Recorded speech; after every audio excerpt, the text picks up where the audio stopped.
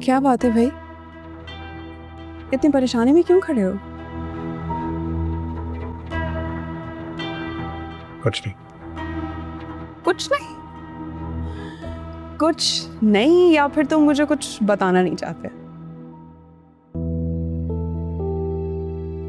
मोहिनी, मैं एक्चुअली हम दोनों के रिलेशनशिप को लेकर बहुत ज़्यादा स्ट्रेस में आ गया हूँ, ख़ास तौर पर मॉम और साशा की बातें सुनने के बाद। अरे भाई, तुम अब तक उनकी बातें सीरियस लेके बैठे हो? मैं तो उनकी बातें एक कान से सुन के दूसरे कान से निकाल के फेंक चुकी हूँ। हाँ, लेकिन मैं ऐसा नहीं कर सका। मुझे बहुत बुरा लगा है कि मॉम ने तुम्हें बांझ कहा है।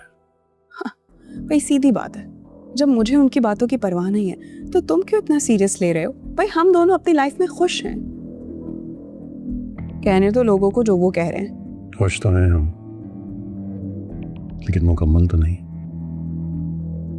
वो कैसे? क्योंकि एक कपल बच्चा हो जाने के बाद ही मुकम्मल होता है। अनफॉर्चुनेटली हम लोगों के पास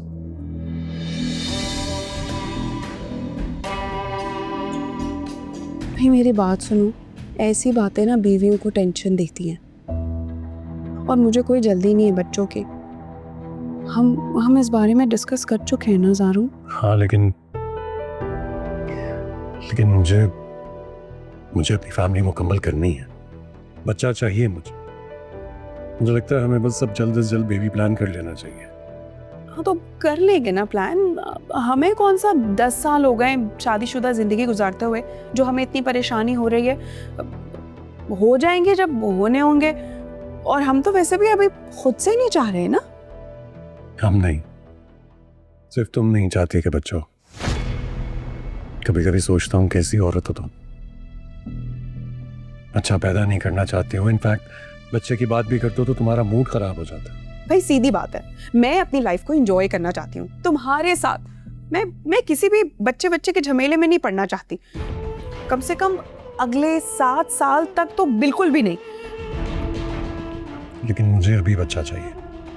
मुझे अपनी फैमिली मुकम्मल करनी है। मैंने तुमसे शादी कोई अय्याशी करने के लिए नहीं की थी। तो मैंने कब मना किया है ज़ारून?